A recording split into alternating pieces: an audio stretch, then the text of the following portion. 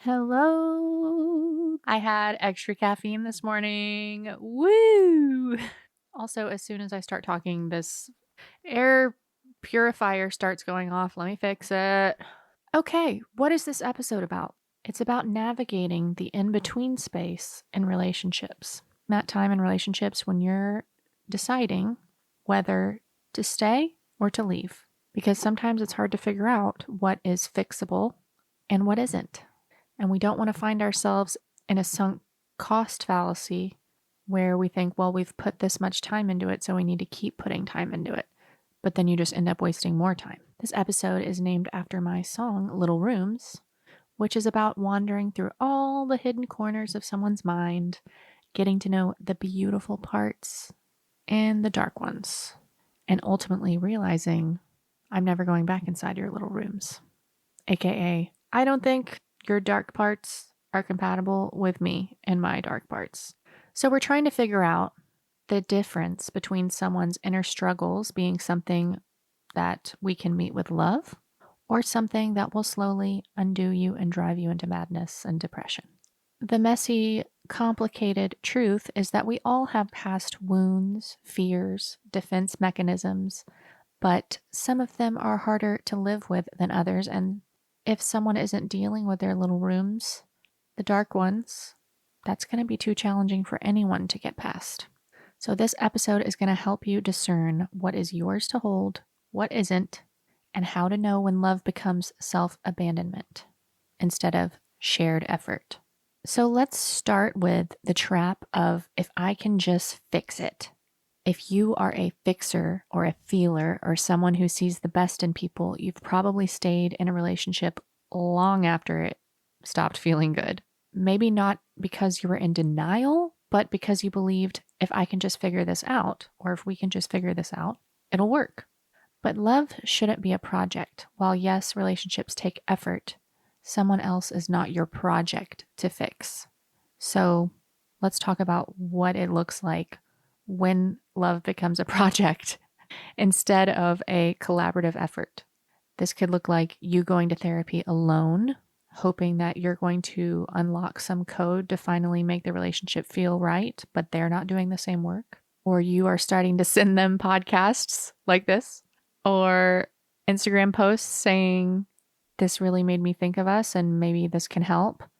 But once again, they're not doing the same, or they're not taking that and expanding upon it or doing work as a result of that. Or you could be shrinking yourself and your needs to keep things calm, telling yourself that it's not a big deal that they don't show affection or don't communicate or never talk about the future. So you might be telling yourself it's just a rough patch or that they're working on it. Or if you just love them hard enough, they'll finally open the door that you've been waiting to be let into. The emotional logic behind this is that you are clinging to the potential you see, not the reality you're in. You might be afraid that leaving means giving up on someone that you care about deeply, or that if you leave, it means you failed to heal the connection, or you failed to do the work, especially if you see yourself as emotionally intelligent or spiritually aware. Trying doesn't make you weak or naive. It means you're devoted. It means you care. But there comes a point where trying turns into over-functioning, when the entire relationship starts resting on your shoulders alone. Some signs that you might be carrying the relationship alone are you're anxious all the time. You start performing instead of just being. You might feel this underlying stress that you can't just be and exist in the relationship. You have to be working constantly at something. Relationships take work, but on a day-to-day basis, you should have some level of peace where you can just exist and be accepted by the other person. And of course, another sign is that you feel like you're becoming the relationship's therapist yourself, or the spiritual guide or emotional anchor, while never feeling like you're being fully met emotionally. You end up doing both people's work. And no matter how much love you give, you can't carry a relationship by yourself, at least not without losing pieces of yourself in the process and feeling not so good. If this is you, it's okay to admit that love isn't enough. Not if it's one-sided. Not if you're the only one doing the work while they continue living their life with blinders on. If you feel like this is you, I want to talk about what a book I read called Spiritual Divorce by Debbie Ford helped me see when I was going through a breakup. Spiritual divorce isn't about separation in the legal sense necessarily. It's about energetically releasing someone with intention, meaning, and purpose. So it's about taking this breakup or this ending and reflecting on it, seeing what it taught you, what it brought to your life, and then being able to release it in a healthier way. So it talks about seeing the end of a relationship not as a failure, but as a sacred turning point. Maybe a mirror for what still needs healing and a path towards deeper wholeness for yourself. One of the most powerful ideas in this book is that relationships are assignments. Not all of them are meant to last forever, but all of them are meant to teach us something. So in practice, this looks like some people are meant to awaken us, not to stay with us. Some relationships come to show us our patterns, where we abandon ourselves, where we shrink, where we chase. The purpose of a relationship that ends was never permanence. Obviously, it was transformation. That doesn't mean that the love in this relationship wasn't real because it didn't last forever. It just means that it's already served its purpose. It got you to this version of yourself. And now you're in this place of asking yourself, what do I actually need?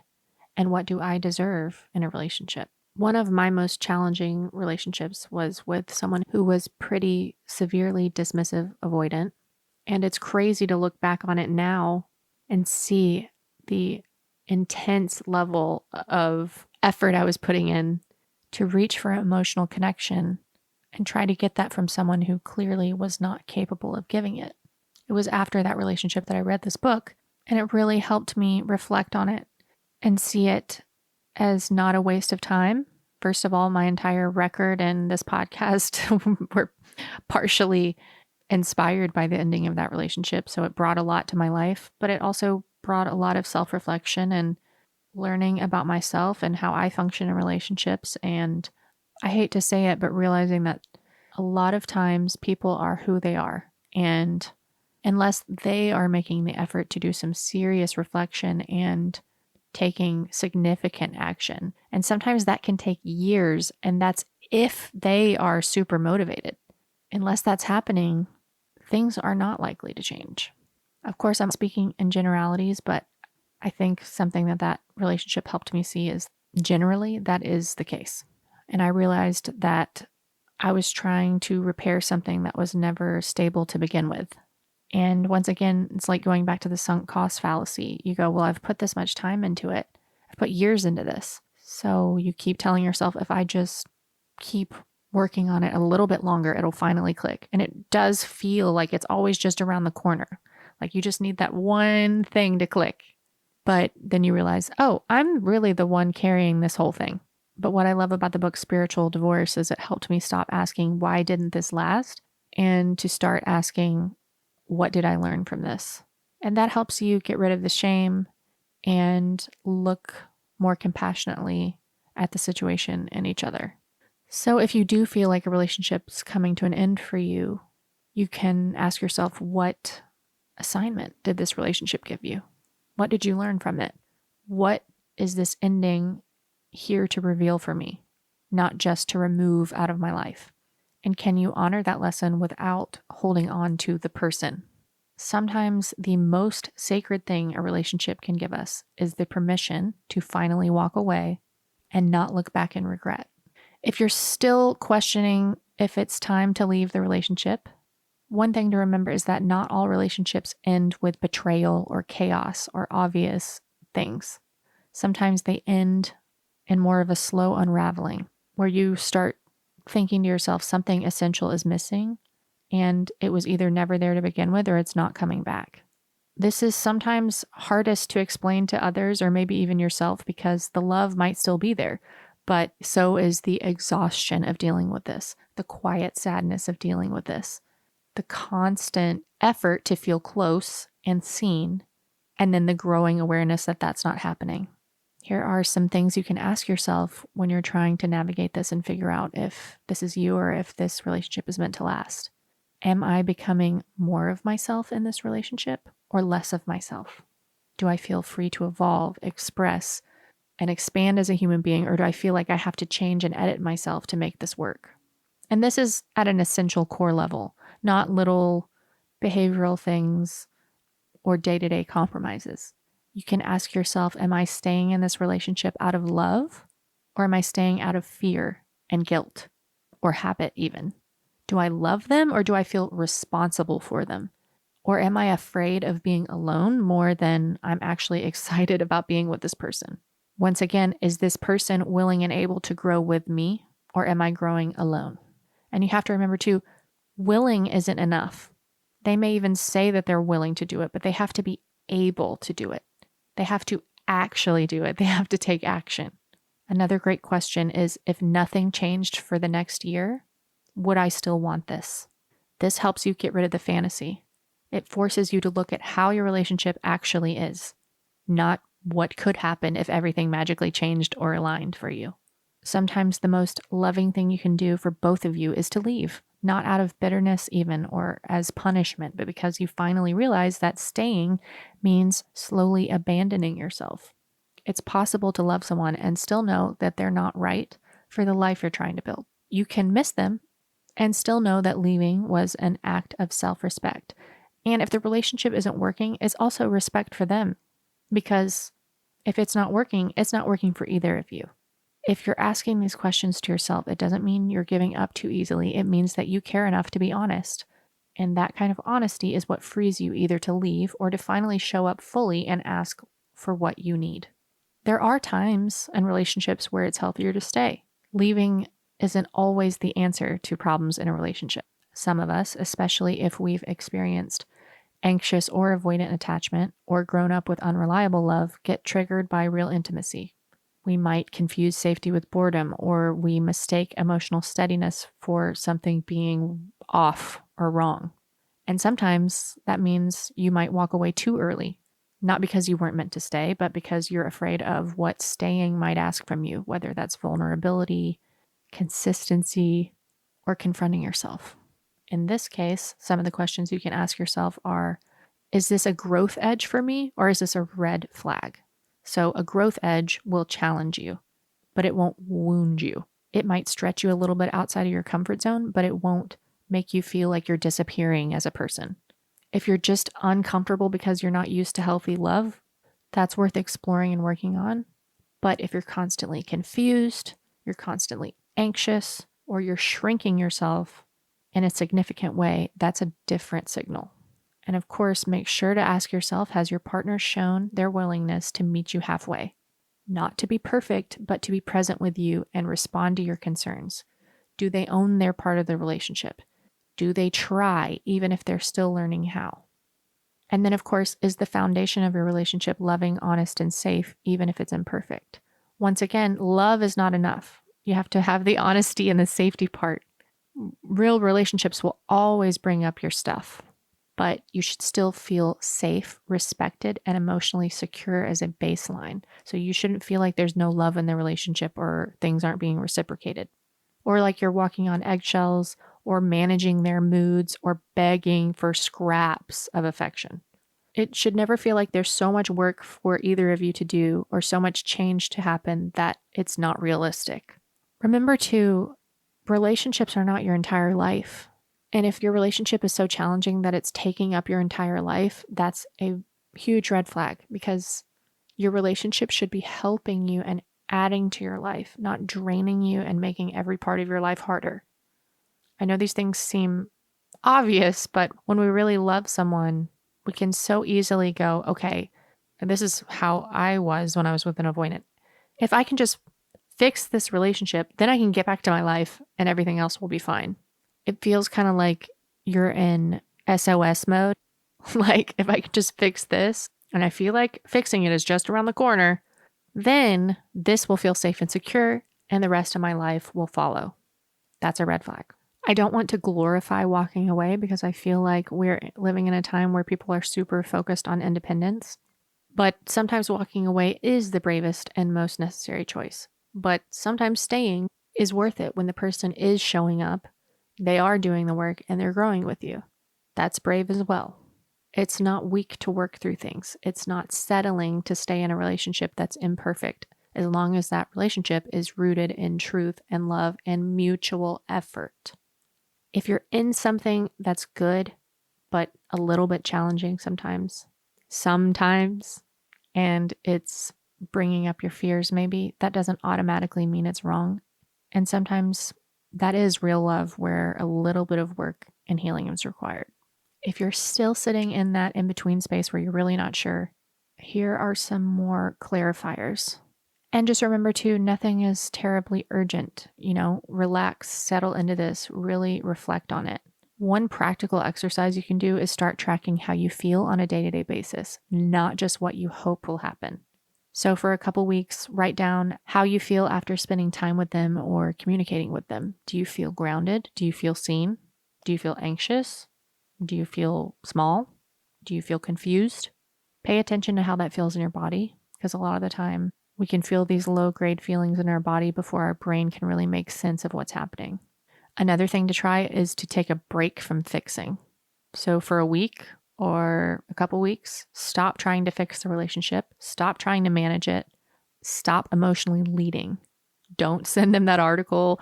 Don't start more conversations about it. Just observe. See what happens when you stop carrying the relationship. Do they start putting in effort, or are they comfortable just existing and leaving things as they are? You can also think about imagining the version of yourself 1 year from now that is emotionally clear, grounded, and fulfilled, and ask yourself, what would that version of me thank current me for doing right now? So let's say you're thinking you might need to leave, but you're scared.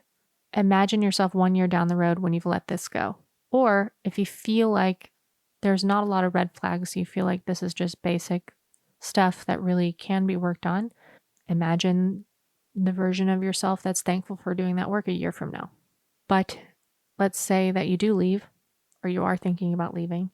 Just imagine the version of you in the future that is already over this, already has reflected, already has learned the lesson, and is living a free and happy life as a result of not keeping themselves in a toxic dynamic. Think about your non-negotiables in a relationship generally. Write down your top 3 to 5 non-negotiables for a partnership. Do you want to feel loved? Do you want affection? Do you want to feel safe? Do you want to feel accepted? Whatever. Do you want regular communication? Whatever these are. And write those down and then think, am I regularly having to compromise these right now? Or are these things being honored in this relationship? And of course, you can always talk to someone who's objective, whether that's a therapist or a grounded friend or family member who isn't emotionally invested in your decision the way you are. Sometimes just talking about these things out loud to someone else and processing it externally can help the truth come to the surface. If you're standing in that place right now where you're not sure whether to stay or go, I want you to know that your knowing will come. The clarity doesn't always arrive as a lightning bolt. Sometimes it's a soft pull. Sometimes it's a repeated ache of something having to happen over and over again before your voice finally says, you've outgrown this, and that's okay. I may have focused more on leaving in this relationship because I do find that I think if you're in this place of deep confusion, that is usually a signal that this relationship isn't working. And so here are some affirmations if that is the case. I'm allowed to outgrow relationships that no longer reflect who I am. Letting go can be an act of love for myself and for them. I trust myself to stay when it's right and to leave when it's not. And if you feel like you're still in that space of investigating and trying to get into all the little nooks and crannies of someone's mind and figure out what's going on for them, this song is for you.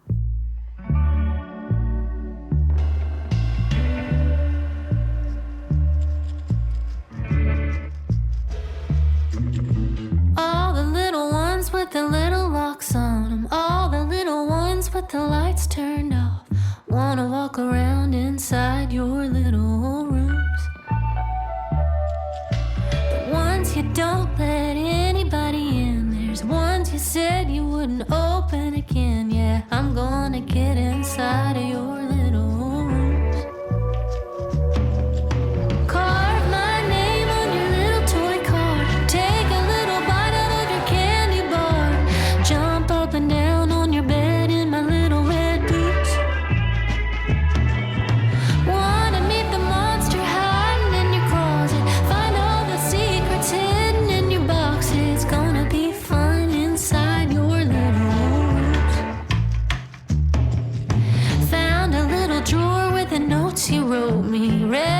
bunch of things that you never told me, things that happened inside of your little rooms. Weird things, strange things sitting on your shelf. Now I know why you kept them to yourself. It's getting kinda dark inside this little room. The wheels are falling off your little toy car, hands crawling out of your candy bar. Something up under your bed, grab my little red boots. Running from the monster hiding in the closet, tripping over secrets hidden in your box. It's getting too scary inside your little rooms. Take your little key and put the locks back on, and flip the little switch, turn the lights back off. I'm never going back inside of your little rooms. Okay, this week's question is, how do I know if someone just needs time to open up or if they're avoidant? How long do I wait? Okay, here are some ways to distinguish if someone is secure and just opening up slowly at a normal pace, or if they are avoidant. Someone who just needs a little time might move slowly, but they'll be steady and consistent. If they need a little space, they'll communicate that to you, and hopefully in a way that feels good. They will show effort, even if it's not huge love bombing effort in the beginning. And as time goes on, they get more comfortable. So you're looking for steady consistency, not confusion. An avoidant will pull away when closeness increases, so it won't be consistent. They will send you mixed signals. They might be warm and then distant and not explain that at all. They might say they want connection, but then behaviorally, they are not aligning with that desire that they expressed. And over time, it won't grow more secure. It will be confusing. It may be hot and cold, or they may even consistently pull back.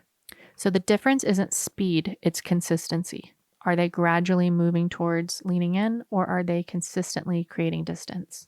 In terms of time frames, obviously it's different for everyone, but usually in the first few weeks, almost everyone secure is a little bit cautious in a new relationship. But usually by 6 to 8 weeks, their patterns start to show. And by 3 months into this relationship, you should feel clearer. You should not feel more confused. If you do, that's a sign that there is something avoidant or something else going on under the surface. So if you're waiting and it's 3 months and nothing has been deepening, you're not giving them space. You're tolerating their emotional unavailability. You can reframe the question of are they avoidant to, do I feel more secure with them over time, or do I feel more anxious, or do I continue to be confused? Your nervous system can usually answer this question pretty easily. If you are overanalyzing their texts, you're afraid to ask them for reassurance, you feel like you're too much for them, you're waiting for crumbs of affection, that is not someone who is slowly opening up over time. That is someone who is regulating themselves through distance. A secure but slow to open up person might say, it takes me a second to open up, or I'm not great at vulnerability, but I do want to be vulnerable, and then they will show you over time that they are working on that. And they back it up with behavior. An avoidant pattern sounds more like, I don't know what I want, let's just see, I don't want labels, or super deep intensity and love bombing followed by sudden withdrawal. By 3 months, if you don't feel secure, get out of there, baby. Do not put yourself in a waiting room. I think one thing I've learned through my relationships is this stuff is a lot more obvious than we think it is. If you are confused and analyzing a lot, that means the other person isn't clear on their intentions. They're not showing you clarity through their actions, and they're not making you feel safe. So hopefully that helped. If you've got a love question, a pattern you can't seem to break, or something you need clarity on, this is your sign to submit a question to the Attachment Theory Love Line. You can find the link in the show notes and my bio anytime. If this episode is resonating with you, I'd love for you to follow the show and share it with someone who might need it. Each episode is inspired by a song from my upcoming record, Attachment Theory. You can find the music wherever you listen, and follow me on socials at Aubrie Sellers.